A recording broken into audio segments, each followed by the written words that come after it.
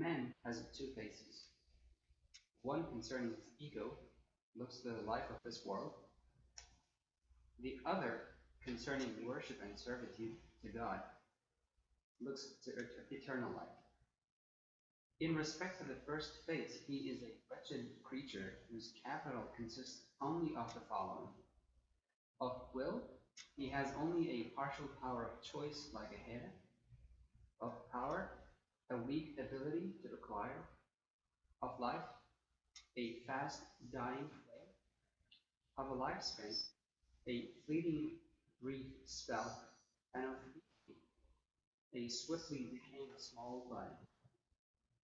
Together with this, he is one delicate, weak individual out of the innumerable individuals of the numberless varieties of being dispersed through the levels of the universe.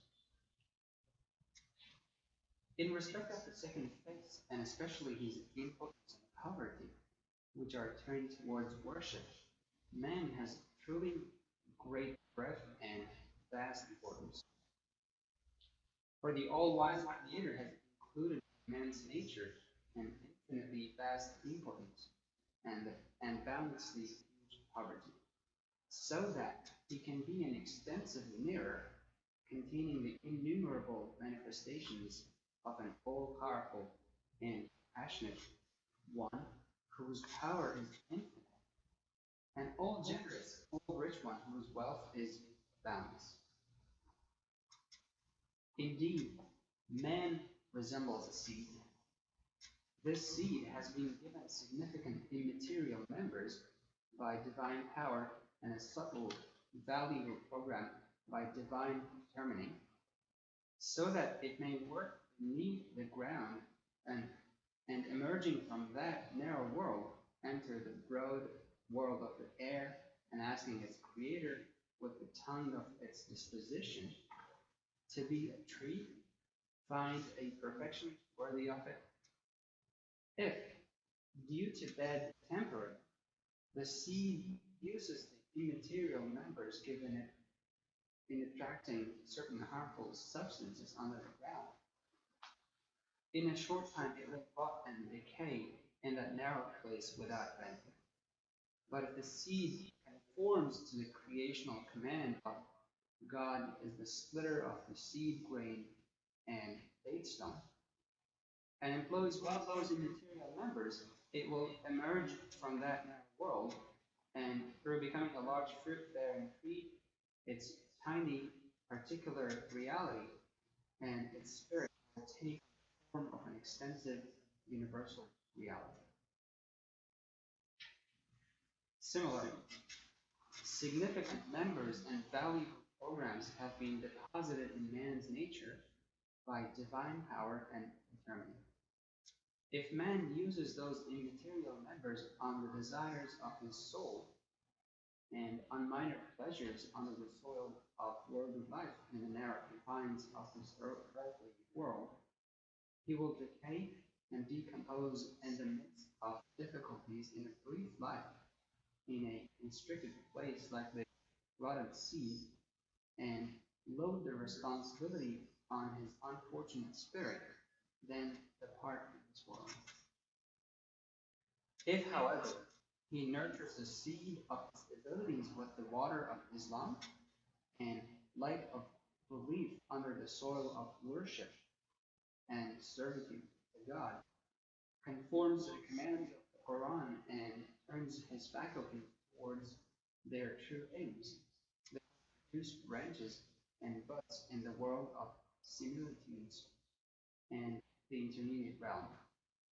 He will be a seed of great value and a shining machine containing the members of an everlasting tree and permanent truth, which will be the means to innumerable perfections and bounties in paradise. And he will be a blessed and luminous fruit of the tree of the universe. Yes, true progress is to turn to the faces of the heart, spirit, intellect, and even the imagination and other subtle faculties given to man towards eternal life, and for each to be occupied with the particular beauty of worship for the other.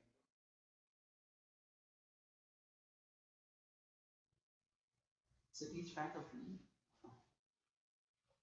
has a different way of worship. Is that is that on that? Yeah, I think so. Okay. Yeah. Like the functions, they type of worship. So they each have an aspect of worship that's more different, or that becomes itself. That's the peculiar thing. Progress is not as the people of misguidance imagine, to plunge into the life of this world in all its minute details, and in order to taste every sort of pleasure, even the basest, makes subject to the evil commanding soul all the subtle faculties and heart and intellect, and make them assisted. To do this is not progress, it is decline. I saw this fact in a vision, which is described in the following. I was entering a large town and saw it was full of large palaces. At the doors of some of these palaces was merrymaking like a brilliant theater. It captured and held everyone's attention and was entertaining them. I looked carefully and saw that the lord of the palace had come to the door. He was playing with a dog and assisting the merrymaking. The ladies were indulging in sweet conversation with ill-mannered youths. Grown-up girls were organizing the children's games, and the doorkeeper had taken the role of directing the others. I then realized that the inside of the huge palace was completely empty. Its refined beauties all remained undone. The morals of its inhabitants had declined so that they had taken on these roles at the door. I passed on until I came to another large palace. I saw that there was a faithful dog stretched out at the door, and a stern and taciturn doorkeeper. It had an undistinguished appearance. I was curious. Why was the other way it was, and this palace like this? I went inside, then I saw that the inside was very mad. Apartment over apartment, the people of the palace were busy with their different refined duties. The men in the first apartment were overseeing the administration and running of the palace. In the apartment over that, girls were teaching the children. Above that, the ladies were occupied with fine arts and beautiful embroideries. And on the top floor, the lord was exchanging news with the king and was busy with his own elevated duties in order to maintain the people's tranquility and his own attainments and progress. They did not stop me since I was not visible to them, and I was able to wander around. Then I came out and looked around. Everywhere in the town were these two sorts of palaces. I asked about this, and they told me. The palaces where there is a merrymaking at the door and whose insides are empty belong to the foremost of the unbelievers and people of misguidance. The others belong to honorable Muslim notables. Then in one corner I came across a palace on which was written my name, Saeed. I was curious. I looked more closely, and I, as though, saw my image on it. Calling out in utter bewilderment, I came to my senses and awoke. And now I shall interpret this vision for you. May God cause good to come of it. The town was human social life, and the city of man's civilization. Each of the palaces was a human being. The people of the palaces were the subtle faculties in men, like the eyes, ears, heart, inner heart.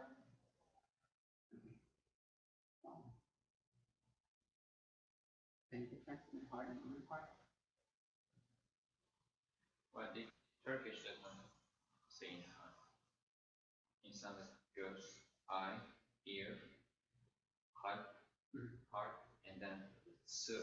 Mhm. They become then third, they say, is the faculty of man that secret, right? But that's the secret faculty of man that's the function of which is to know God. Spirit, intellect, and things like the soul and caprice and powers of lust and anger.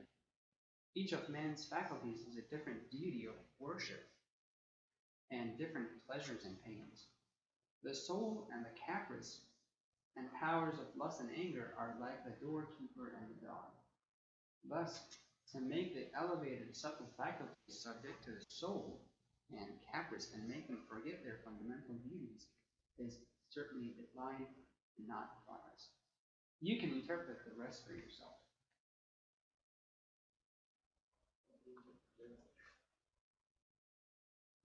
And we can understand from this second example or we can discuss it. In the beginning there were so like a more condensed parts that I maybe can't especially after the first two sentences there's like a definition of man of being purpose of this life, right? In respect to the first page, the directed creature with capital consists only of the following. Of will, and only a partial power of choice what to fear. Of power, the ability to acquire. Of life, and pastime claim. Of a lifespan, leading free health, and of being a swift in small body. Together with this, he is one that is the individual out of the innumerable number of variety of beings dispersed to the level of universe. Is this only true when we don't consider the worship aspect, or how should one understand it? There are two phases. Right. That's true with regard to the first phase. And you were here last year, you may laugh at me. But the first one corresponds to knowing that the okay, no, the second one corresponds to indicator. The first one is the aspect of man that's with regard to this word and this word only. Oh, that's the translation of mine. Yeah. So the first one is based off the human being that with this word and this word only without considering it in the larger picture of the divinity and creation and so on and so forth. And that's why it's defined it. And if you were to observe mankind in the world as if the world is all that you can see, is what you see. And I listened to this conversation with someone who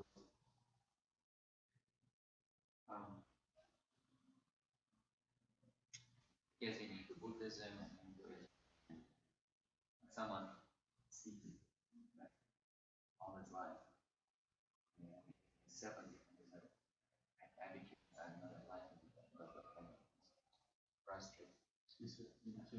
I'm in my 70s, I'm not enlightened. I had this frustrated attitude. And then even when people following that path and feel like they're enlightened, what's actually happening is they are seeing a different dimension of the material world that they know and that they can't see without any eyes. Okay? It's remaining in that limited realm, like as a sphere, right? Or maybe I don't know if you watched it, but there was this video that they simulated the universe. It starts from the surface of the Earth and then moves back, leaves the atmosphere, passes the moon, leaves the solar system, galaxy, and so on. So it goes back 14 billion years, billion light years.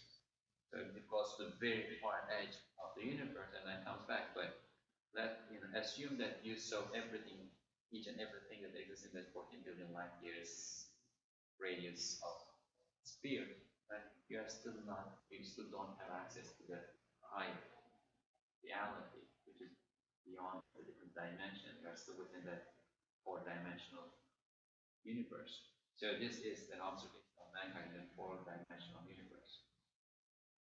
And if you don't connect it to the higher dimension, then you reduce mankind to the wretched creature that has nothing. Something similar came up during Agavi's talk where he invited human having two aspects. One of the aspects,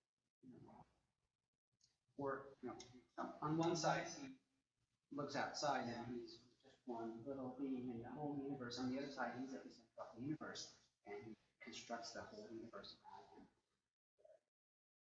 Putting these things with the following sort of fact that human beings are machines that both produce and consume meaning. Right?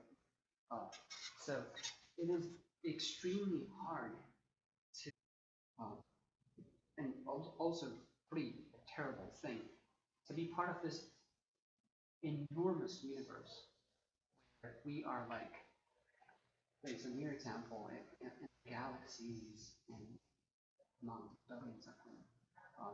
We are like almost non-existent. We are like atoms in this world. Not even atoms, we use quarks, smaller things.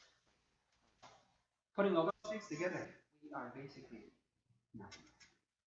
There's no meaning to our life unless we connect it to the higher and higher dimensional. Unless we bring that in. Otherwise, really seriously thinking about all junk things, and the more that we know about the universe, the worse it gets in a sense, because the less meaningful we get as an object, bound to die and disperse and be part of the dust. That's why meaning is extremely important to us, and this is how you get it. It's what we eat, what we live by. We eat meat. And this might be a helpful example, but like think of this the cell phone. Assume that you bought the cell phone, it comes with an operating system and nothing else. And then you need to connect to the internet and download all sorts of apps in order to make it functional. They all come with their operating systems, but let's assume that the antenna is broken.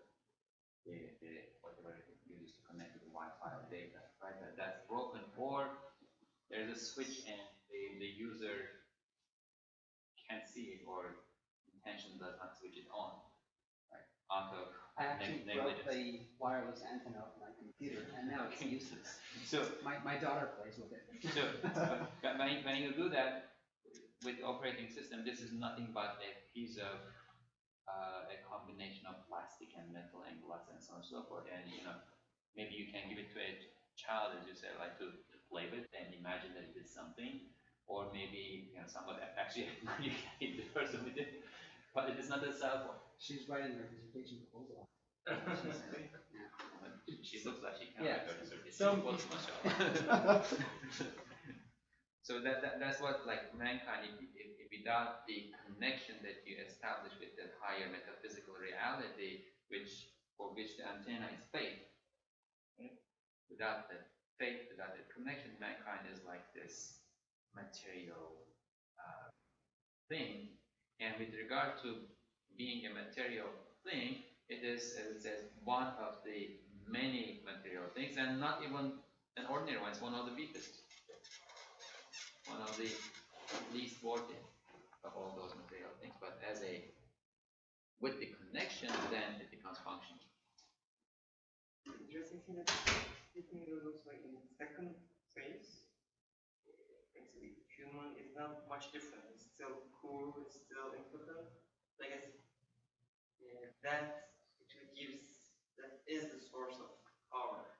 I mean, and it still is some of the facts that are listed, like we still have a short lifespan, we still are weak, but I guess that weakness now works on our advantage because of that connection, right? It doesn't change human nature in terms of being weak, but the weakness now helps us out because we need we realize that the key point. We realize that we are weak because in the first place we are weak. We have a short lifespan, but we don't really recognize as such.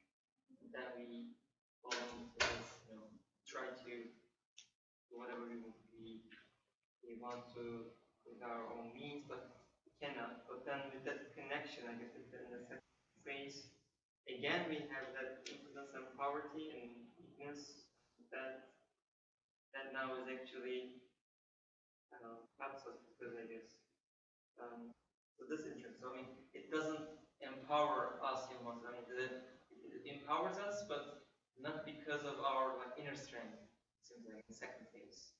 It empowers us because we are connected to an all powerful creator. We still are weak. Actually, we realize our weakness even more probably in the second phase. But that actually helps us out because we are connected to one powerful creator. I would say there are two things then. One is what there's the weakness or the receptivity. Right? The emptier you are, the more you can take. The larger the container that you have that needs to be filled and that's empty, the more you take. And mankind has the largest container. It's empty. It doesn't have any value in and of itself or to itself. Right? But it's the largest container because of the unlimitedness of our needs. Because we need what we can think about, we need what we can imagine. So that's like unlimited needs. So we have the largest container, and then we are the weakest, but at the same time we have the largest space, this ability to receive. The second thing is once we do that, once we become that seed that mirror, our lifespan is not short anymore. That's something that's transformed. Through that receptivity, our lifespan, through the aspect that's turned to God or to the hereafter, our lifespan is extended. We leave that four-dimensional universe and move on to the other dimensional dimensions, and there we can acquire it. Is it also the example of the seed? Yeah. But for the seed out in the metaphysical higher realm, it needs to accept and actualize its weakness, nothingness, not nothingness, but its weakness, its impotency, realm, and to decay in this realm, to renounce that. Did not use before now, earlier in the morning, renounce its existence in this realm so that association can sprout in the other realm. It's gonna decay anyways. Yeah. It's gonna flourish in the other. Fake. Now, right? That's the case.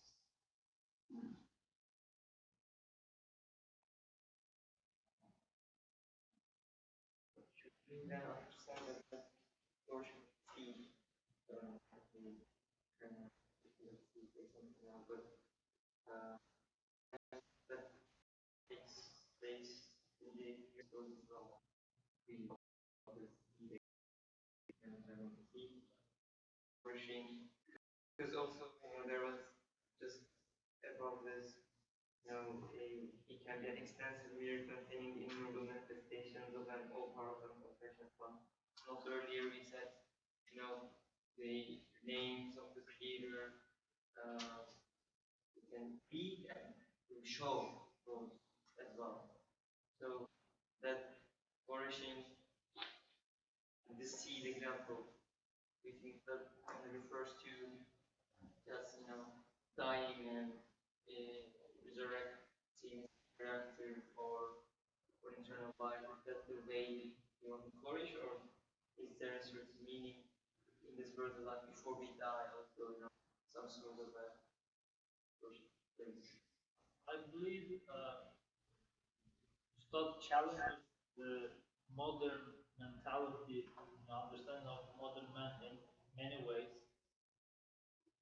especially in this world. For example, these are, I believe, the keywords. He said, true progress. For example, this is what we are always talking about. Are we falling back because of something in our lives, and how can we advance more and more and catch the ones in the front, those kinds of mentality. To turn the paces of heart, spirit, intellect, and even imagination and other faculties given to man, worship eternal life, and for each to be occupied with particularly the worship, word of it. Progress is not, as the people of misguidance imagine, to plunge into the life of this world in all its minute details, and in order to taste every sort of pleasure, even the basis may make subject to the evil commanding soul all the subtle faculties and the heart and intellect, and make them assisted. So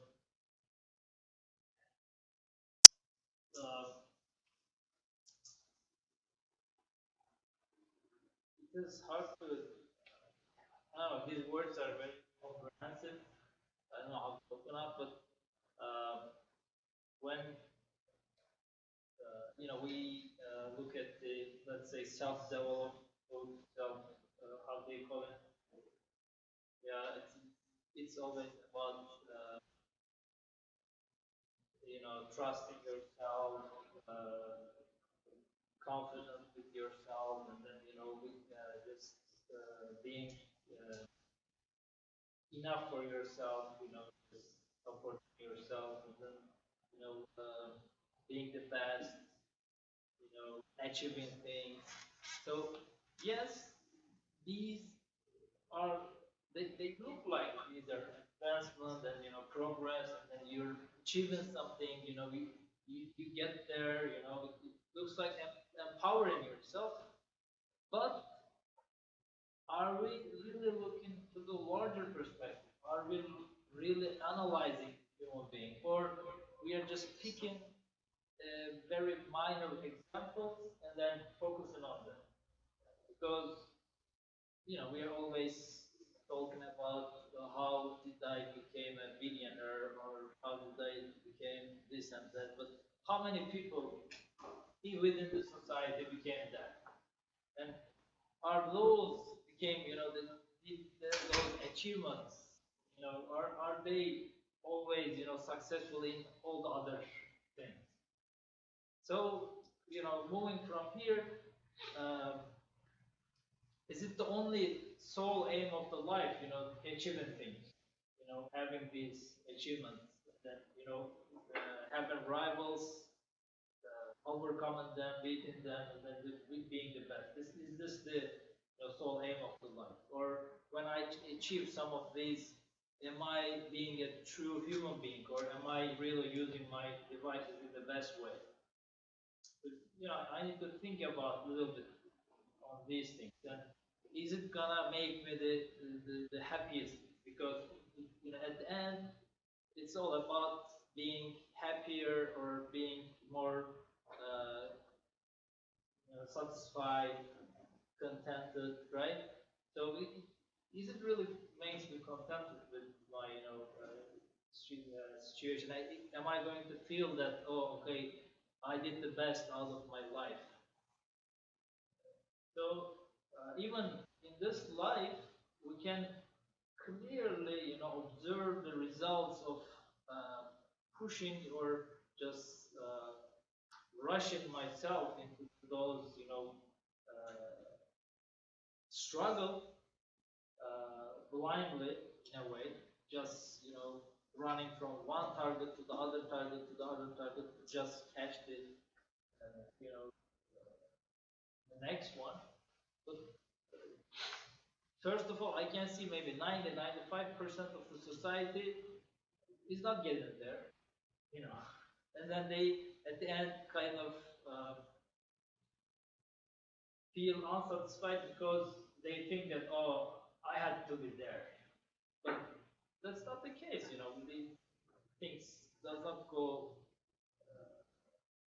as I just wish all the time.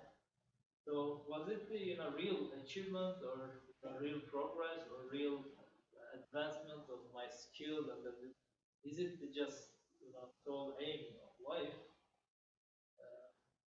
That is one side of it. At the end, of course, so what's the solution then, right?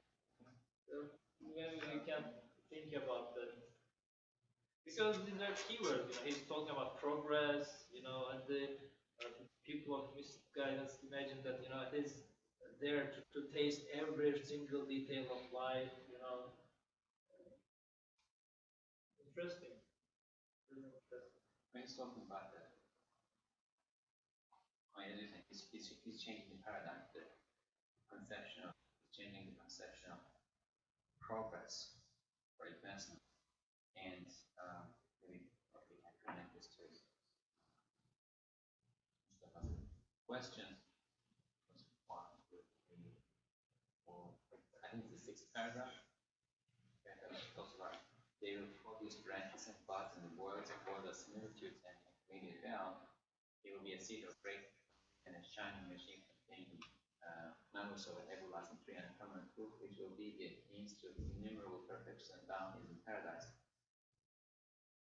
Some of it is lost in translation, but what it comes to is his definition of progress or advancement or improvement for mankind is to flourish in realms that are not even imaginable within the temporal world, where materialist perception would find progress. His definition of progress takes us to two realms. One is the realm which are inside, or are inside the Barzakh, right? And that's the answer to your question too. That became that sprouting is not only grafted while you sprout, you flourish in the island inside in the realm of similitudes, that metaphysical dimension.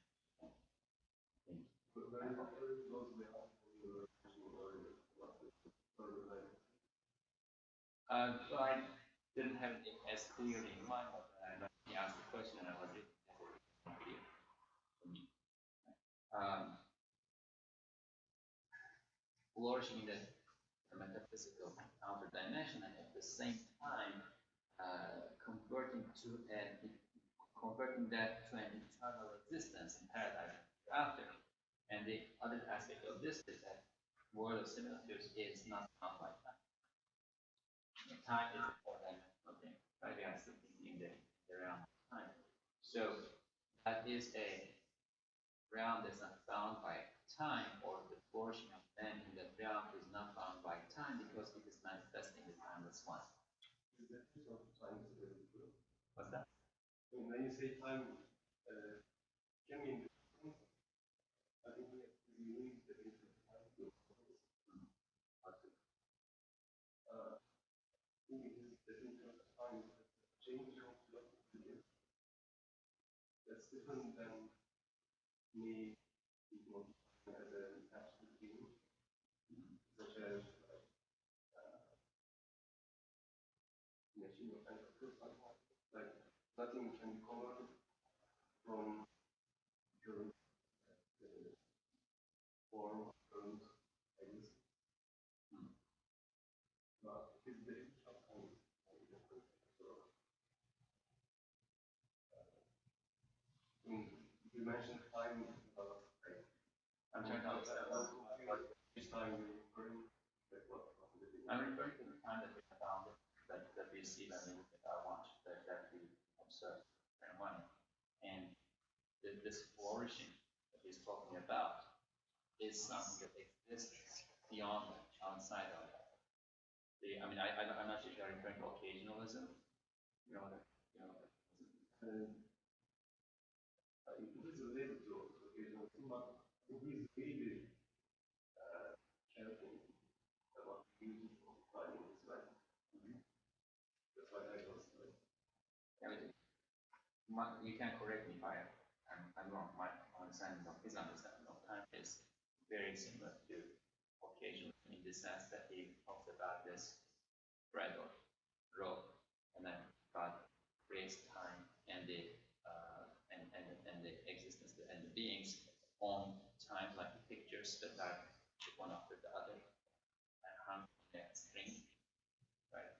Do you remember the example? Like a board, right. Yeah, you can also use the example of a cinema, the frames moving one after the other, and that's an idea that goes back to Risale-i, what we call Risale-i, example. So that's what Risale is famous. People refer to this occasionalism in the literature, and Gustav's conception of time is very similar to that too. And but the most important idea in that regard is time in that sense is something created, is part of creation, right? And then there's a realm where that doesn't exist, that is not part of the limitations put on existence. God exists beyond time, right? Because time is a creation of God, God exists beyond time. And there's a realm where God's names and attributes manifest without being bound by time. So man's flourishment in that sense, into that other outer dimension, right, frees man from the limitations of time too. And therefore it flourishes in the realm of similitudes. And that flourishment also is convertible into an eternal existence in the hereafter. This is more confusing. But if combined, so this flourishing takes place in versus two, and also will definitely hereafter. But there is also, progress, right? The next step is progress. And so this progress, if we see that progress is only in an internal thing, so we cannot really see that true progress in the life of those things. But maybe that I don't think that's that way. I mean, you can see progress in real life too. So it's basically the use of all the intellects and the faculties that he was mentioned. So heart, spirit, intellect, and imagination. And if you use those, right, you do progress, and this reflects upon your worldly life as well as your afterlife. So I don't think that it's just simple for the afterlife. It depends on what you call progress. So if you're thinking of afterlife as Jannat, where there's beautiful things and plants and fruits and so on, and if you expect that in the world, good luck. That's not. But if you're thinking of Jannat as being the place where all of your faculties are used at its topmost level, right? Then, which I think it is, right?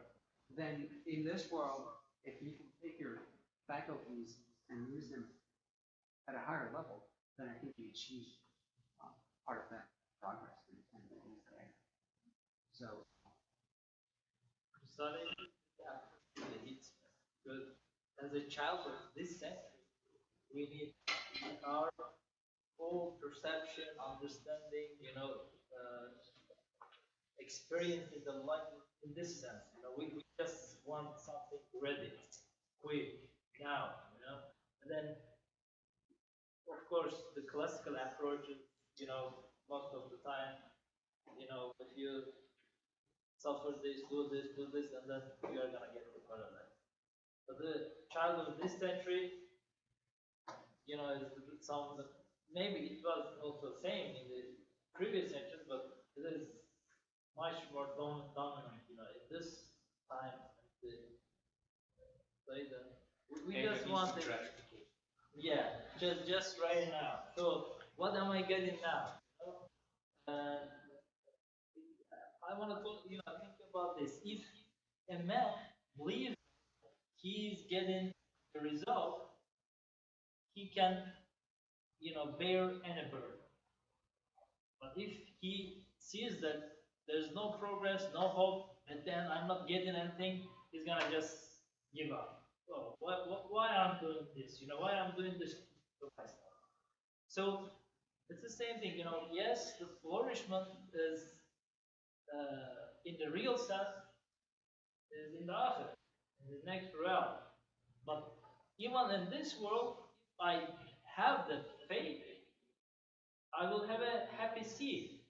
My seed is rotting too. Their seed is rotting too, believer or unbeliever. But then I'm gonna be a happy seed because I believe that all these things I'm doing or suffering or the burdens I'm bearing or whatever achievements I'm struggling for, it's gonna give a real fruit. But in the other sense, I'm just uh, trying to satisfy myself with immediate result. And each time I am experiencing another,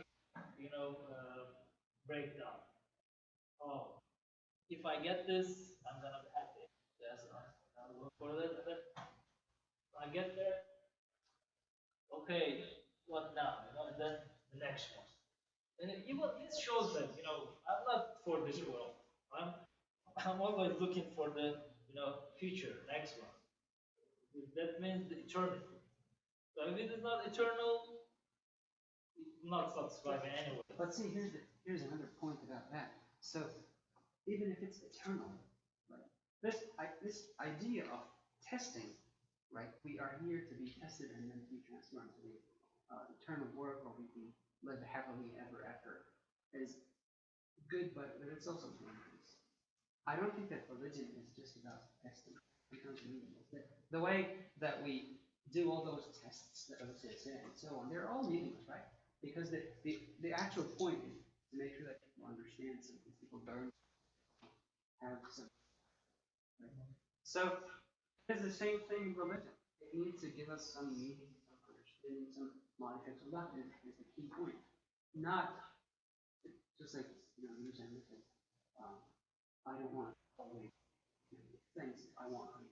So that's the key point. It needs to promote understanding and using of the right. That's what should be used. So, and if that is true, then when you start, believing in God and trying to understand Him or His creation, then it definitely adds up to your understanding and appreciation of the art. And for me, that's what it is. Otherwise, coming here, taking a test, and then going happily ever after, I don't find that meaningful, honestly. It reminded me a group of middle school kids come from a church. Yeah, we were talking about introduction to Islam. I asked them, okay, why we have the tests, at school? And they were looking at me, they didn't have an answer. So I said, yeah, the teachers like to fail us, right? They said, yeah, yes. they hate us. They want to fail us. Yeah, definitely. It is for my progress, for my learning. Sometimes, yeah, we may just miss the point, but it's definitely for my progress, for my learning. It's not that the test is not the sole aim over there, but I'm not even thinking about my grade at the end. I'm thinking about my satisfaction. Am I, really satisfied, contented with my state, my progress, or what am I getting out of this? And if there's no result, this is my nature. I'm just not contented. I'm just over there. Of course, the real result is, for example, in in the chapter about the miracles of prophets, it's got attacks it, links it to the advancements, the explorations, the progress of the human being, to the exploring the names of Allah Subhanahu wa Taala. Being more aware of the manifestations of the names of Allah Subhanahu wa Taala in the universe. So, of course, the gist of it is that. So I am the mirror of the manifestation of the names of the Eternal One. That is the real point. But all the other things that I have here, the ownership, the things that I'm attached and loved. Of course, I'm also looking for something eternal for them too. Otherwise, it's just my nature. It doesn't really even something in this short lifespan. When I own it, I never think about the separation. If I know that this brand new car, will be junk tomorrow in an accident, I can love it. I'm attached because I think that I'm gonna drive it for a while. Yes, everybody knows that one day I'm gonna die or one day this is gonna leave me, but you don't want to think about it. You just give a fake or a temporary continuity to the existence of that thing. So just leave that way. I'm fine. This was the one that I was looking for, and I found it. I'm happy now. I think it connects to the idea of progress. But I think we need to rethink what we understand from test in order to get to that point. Because we are not talking about the test of knowledge. We are not being tested whether we know X, Y, and Z. We are talking about a test of willpower, choice. If we are given the option of doing this or that, and this is sweet to our nafs, but we know by our intellect or heart that this is what our Lord wants us to do. Right? The test is which one are we going to choose. Oftentimes we know the correct answer. That was the choice of knowledge. But we, out of the weakness of our faith, we choose the wrong one, the wrong answer. And the point of the testing for is first, or from an internal point of view, from the point of view of each individual recognition. Each time I choose my Lord over my nafs, I'm recognizing my Lord as my Lord. Right? And that takes us to the approach, becoming progress. Right?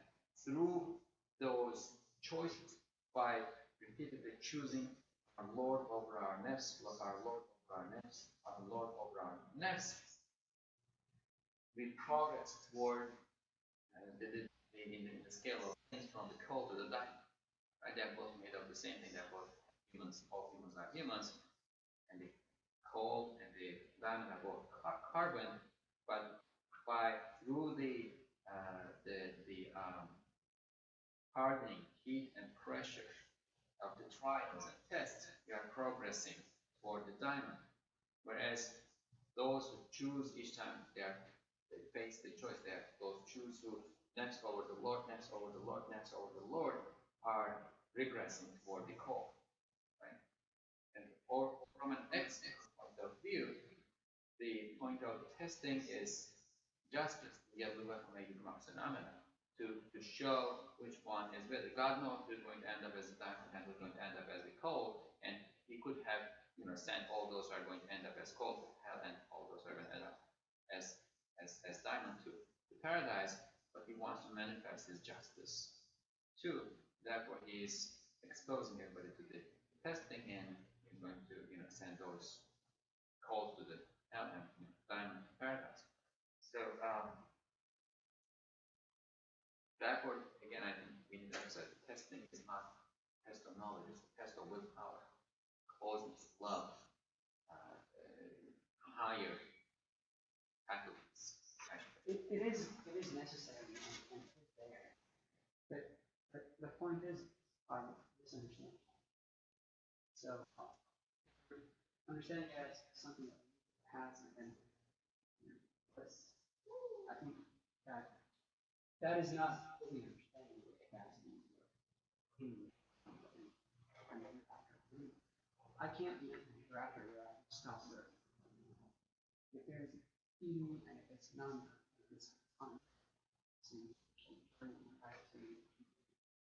The example tree actually covers this pretty well, right? See, going through this process is a test with this chemical reaction in the soil, and then it flourishes, becomes a fruit-bearing tree that bears fruits over and over, and that flourishing year after can actually is growing because there's no year after, not just The reflection of working in the seed can be changing to program in the seed, changing program, and also having proportions the are change. If you shift into this, first of all, also instructions are in the sense and the creatures that you are thinking of as your enemy are not your enemy. And the more you explain it, there was a man like man in that valley.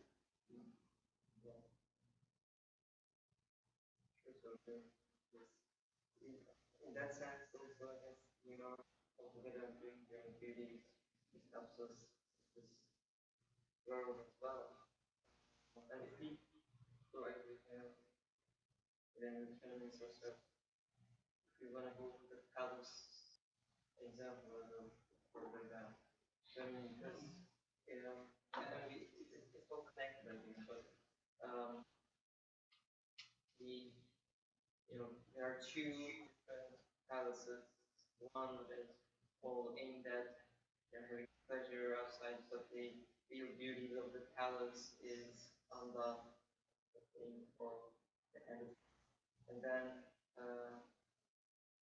on the other side, there's another palace where everybody's on their beauty, but it's like a more like a brighter place, and it doesn't look as much fun, right? Does this mean, I mean, if we all, if there are point that I miss, but does this mean the Muslim's life would also be dry, or what does this mean?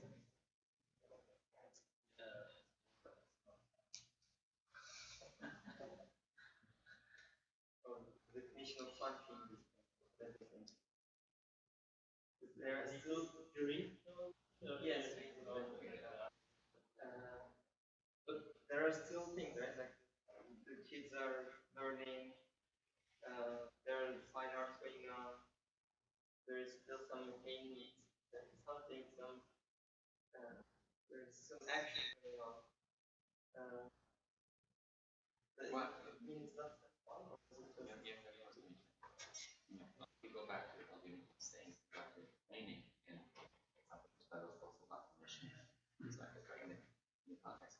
It's not that the second one is dry. The first one is meaningless. It's also entertainment, but there's no meaning. In the second one, there's meaning and there's entertainment for those who have cultivated their souls to receive entertainment for meaning. But it's not for those who are superficial.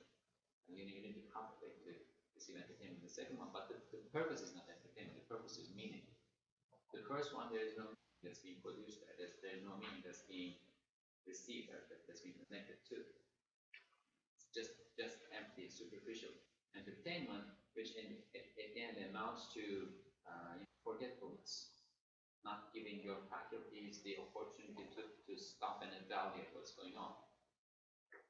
And therefore, you pass through without noticing anything. In the second, however, you sit down and study and notice what's going on, and then produce meaning, which connects you to higher end. It's not right. And it's very much, sorry, I mean, if you look at scientists, the way the things that they're happy with, particularly linguists, you can find a language where object is used for the platform or something. if you find, physicists who are doing certain particles and figures out, it's a lot of fun. Yeah.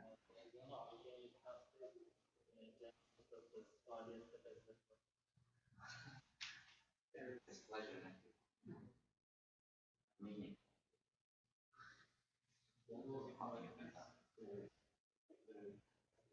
See that like water, which is inside, there are like the miscommon words are which is they are really pleasing inside. In the outside, you can translate it to like, or when I study more and more on these issues related to my life, my unique feelings, new ideas, new feelings are emerging. So I can do this. Not many things can be as much fun as reading articles or journal and having a second thought.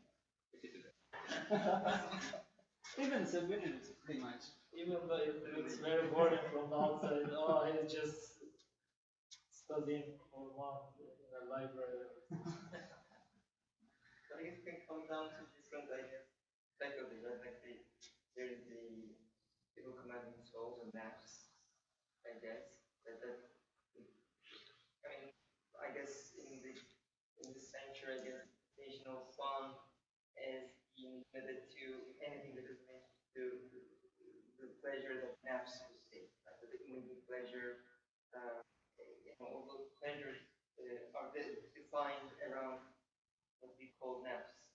But I guess all those other pleasures or fun that other faculties are having to have are limited. Like only scientists would have some pleasure of the intellect. That maybe that the fun that intellect has, something in the paper or that is most of the bulk of the population. It's not only science. I mean, look at kids. Right. Again, When they learn something, they're all. Yeah, everyone has. So everyone has all. Depends on how much you use.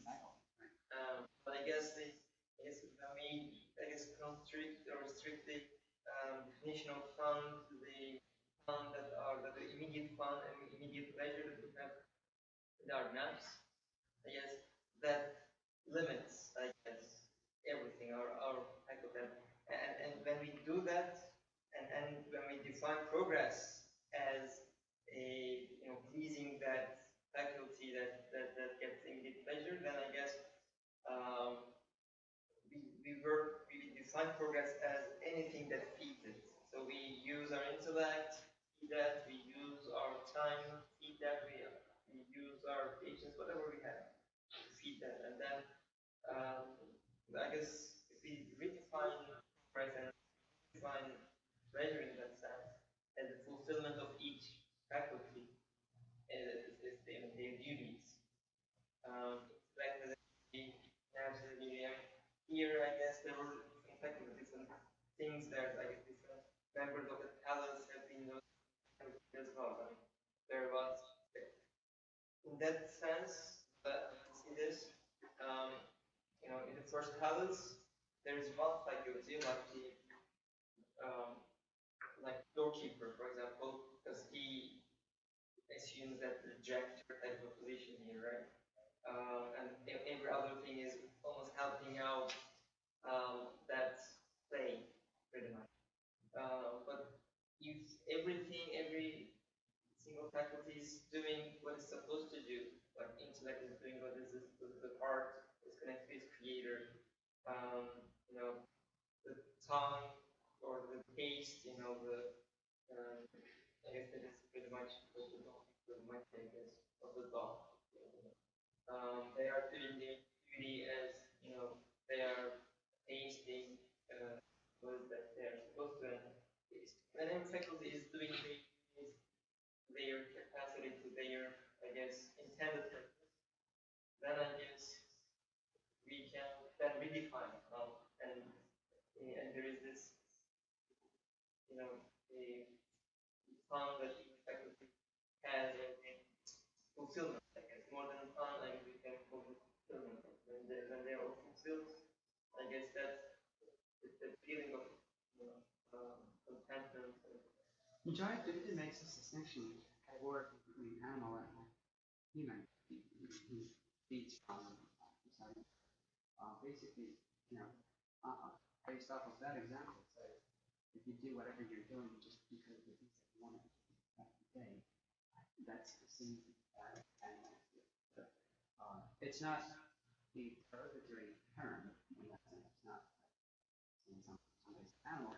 Categorically, it's an animal. It has a body and it has some basic needs and so on. The point of starting being human starts when you start to think and try to make some meaning out of it and connect it to something else. Human beings are able to do this connecting and creative thinking and critical thinking and taking things further. And that is the point of doing art. That's part of the association. Things in a way that presents a higher dimension. That makes us human. And that means that we're using faculties and that bring the truth to you, in a sense. Although there is not one truth. It produces the truth. Otherwise,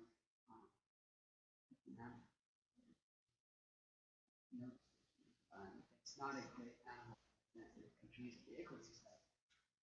It pretty much damages all the ecosystem as well. Yeah. Right? Yeah. I believe fulfillment could be a key word that you can think on it. It could be a manifestation of the name of wise. We were talking about the manifestation of the names of Allah. So He created the human being to worship Him, and the whole universe as a manifestation of His name, so we can know Him better, to introduce Himself to us. So the more we fulfill, I guess, that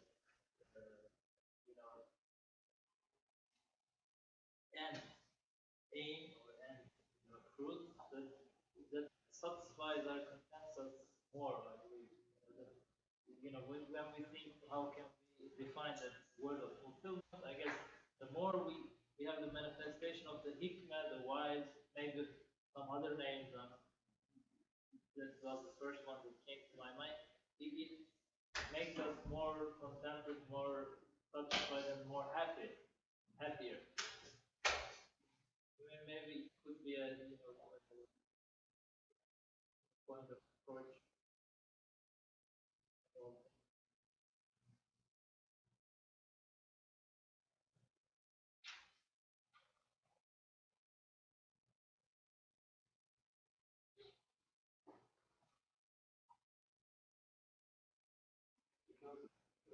To get the progress from the divine we as a living thing.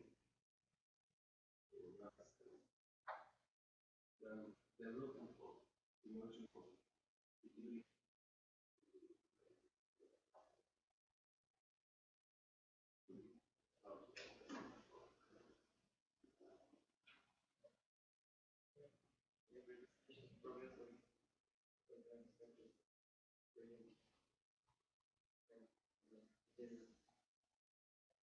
Not really, I guess, when the immediate desires of the animal,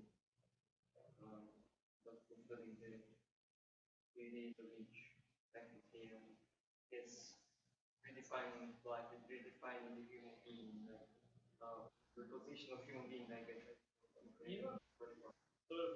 Even in the actual example, we can see that. The fulfillment of the cow is given here. It's kind of a milk farm. And it eats from the sunrise to sunset just grass. I want to ask, hey, don't you get bored? Just eat and eat and eat that green grass. But that is, she makes it with great pleasure, because the aim of the creation of the animal is that she just does it with a great pleasure, because she fulfills her, the existence. She gets pleasure from that. But for the human being, definitely it should be something else. And then I cannot just compare myself and imitate the animal. Okay, I'm here to do the same thing. I have different devices, different abilities, different skills. there are even levels of progress at the stage where you believe into the animal dimension away and start acting like a human being and use your intellect and evaluate existence and start gathering meanings from it and so on. There are levels of even that, and maybe this from others, 24, that their first station. Start, and he starts talking about his own experience here, of how he started to realize different dimensions of meaning, and significance and thinking. At one time, the benefits shown by human science and philosophy, human science and philosophy concerning of beings appeared most insignificant in my view. I understood from this that such philosophy leads only to futility, because it is remaining within the four-dimensional world. It is for this reason that leading philosophers either fall into the swamp of nature, or they become sophists, or they deny divine knowledge and choice, or they call the creator self-necessitating. At that point, so it's when he grew dissatisfied with this. At that point, divine mercy sent the name of All-Wise to my aid, Hakim, and showed me the great names of creatures. That is to say, every creature, every artifact is such a dominical missive that all conscious beings studied. This aim satisfied me for a year. There's a message coming from the board, right? This aim satisfied me for a year. Only for a year. There's one. Then the wonders in the art of beings were unfolded, and the former aim started to appear insufficient. Another, much greater aim became apparent, which was that the most important aims of creatures look to their maker. First, it was a message from the Lord to human beings, or to conscious beings, and then that became insufficient. Now he's starting to see it as presenting their perfections to God. Another much greater aim became apparent, which was that the most important aims of creatures look to their maker. I understood that this aim is to present to his gaze, God's gaze, the perfections of his art, God's art, the embroideries of his names, the embellishments of his wisdom, and the gifts of his mercy. It is to be mirrors to his beauty and perfections. There are creatures living in the middle of the Amazons that no human being ever sees. But that also has a purpose. This aim satisfied me for a long time, but even that's not the end of it. Then the miracles of divine power and functions of dominicality, rububiyat, in the extremely swift changes and transformations within the astonishing activity in the art and creation of things became apparent. Things are not staying as the same. Like the example that we usually use is the beautiful picture. Why did the artist make the picture? To show, right? But it's not a stagnant, unchanging picture. It's a moving picture, and he's looking at why are things changing? Why is it regeneration? It was then that the causes in the second sign and aims in the indications to follow became apparent. It was made known to me with complete certainty that the activity of divine power in the universe and the constant flow of beings is so meaningful that through it the all-wise maker causes all the realms of beings in the universe to speak. It is as if the beings of the earth and the skies and their motion and actions are the words of their speech. So they are not talking all together in unison. Their motion is their speech. That is, the motion and decline arising from activity. I should define the right translation here, which is the motion and decline arising from activity is speech glorifying God. And the activity in the universe too is the universe's silent speech, and that all the varieties of its beings, they're being made to speak. And there you have entertainment. You want entertainment. But you don't, that needs to be cultivated. You need to be able to listen. And note that he's a thinker. And as the answers that he comes up with seem to be insufficient for him, so he has to come up with new answers. It has to be like that. It keeps changing. Your meaning is constructed and deconstructed. He's not using his intellect only though. Right, sure. He's not only a thinker, he's also realizing. Right. That's something inspiring, different. It relates to the recognition of impotency and turning to God. And that's why in philosophy, in and of itself, it's not enough, it needs to be guided by revelation, right? A lot of the fact that I'm